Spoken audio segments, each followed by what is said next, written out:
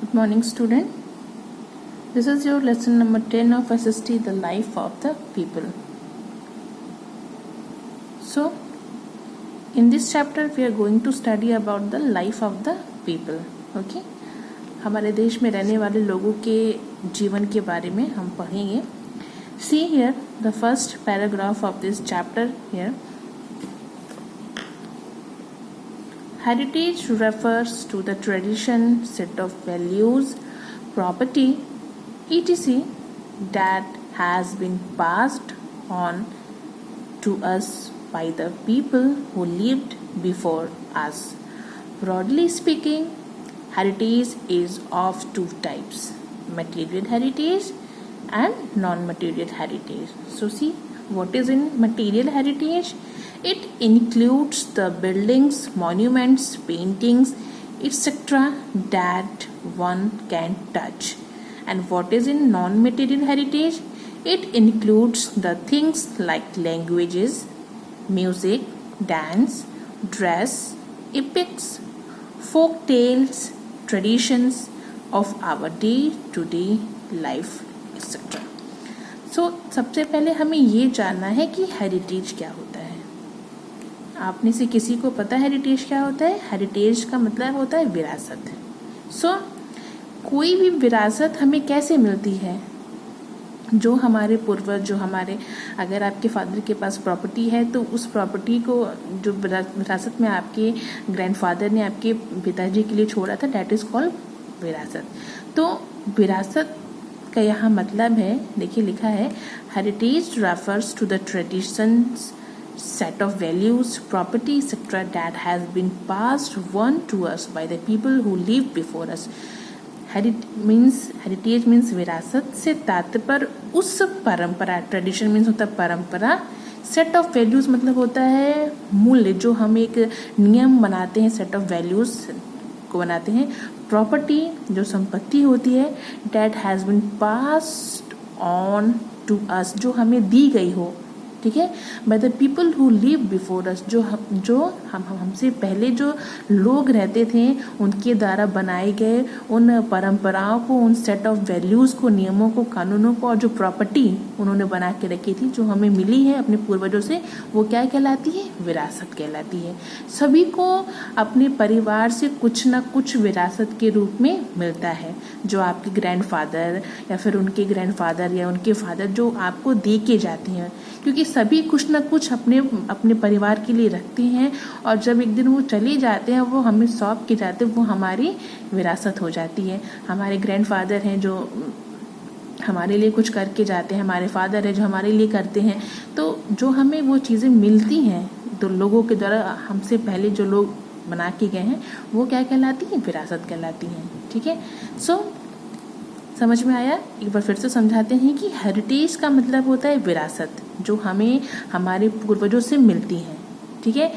इसमें आप ट्रेडिशन भी होते हैं, परंपराएं भी होती हैं, जैसे कि कौन से त्यौहार मनाने, किस तरीके से मनाने, सबके अलग अलग ट्रेडिशंस होते हैं.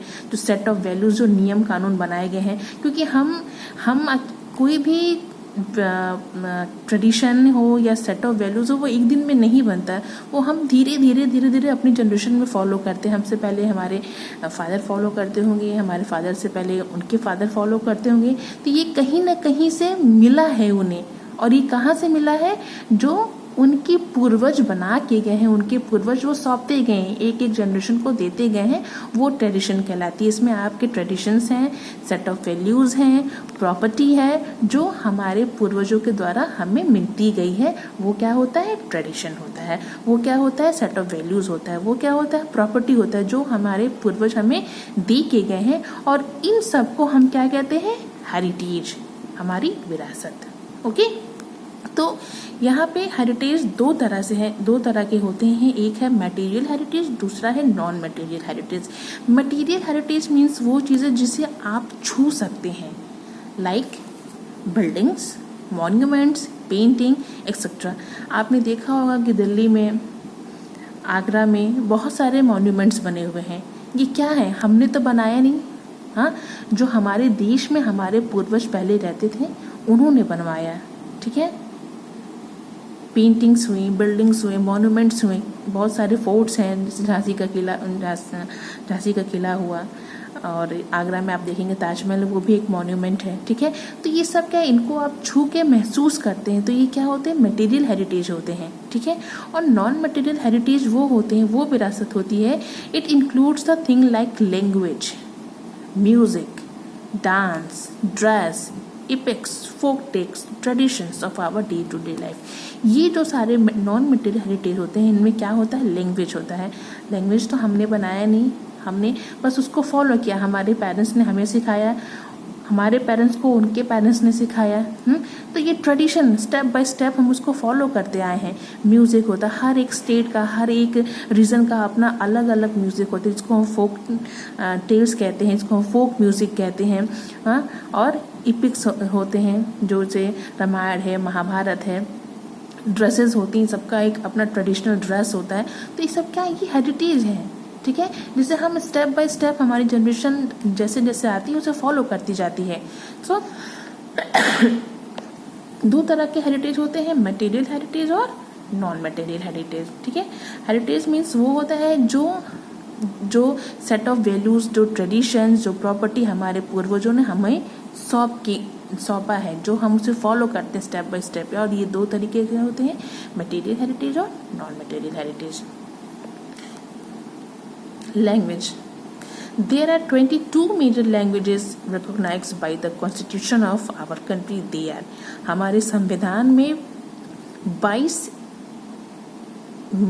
भाषाओं को मुख्य रूप से चुना गया है, जो यहाँ पे हैं, जैसे आसामी, गुजराती, कोंकणी, मराठी, संस्कृत, तेलुगु, बांग्ला, हिंदी, मैथिली, नेपाली, संथाली, उर्दू, बोडो, कन्नड़ा, मलयालम, उड़िया, सिंधी, डोगरी, कश्मीरी, मणिपुरी, पंजाबी और तमिल, ठीक है। ये 22 मेजर लैंग्वेजेस हैं जिसको हमारे संविधान ने रिकॉग्नाइज किया, पहचाना है, और ये हमारे मेजर लैंग्वेजेस हमारे कंट्री के हैं, ठीक है। अभी इतना ही, उसके बाद हम इसके बारे में और पढ़ेंगे, ओके। इतना आप फिर भी एक बार फिर से रिवाइज करिए, इसको 22 लैंग्वेजेस को पढ़िए और फाइंड आउट करिए कि ये सारे लैंग्वेजेस किस स्टेट में बोले जाते हैं, ओके।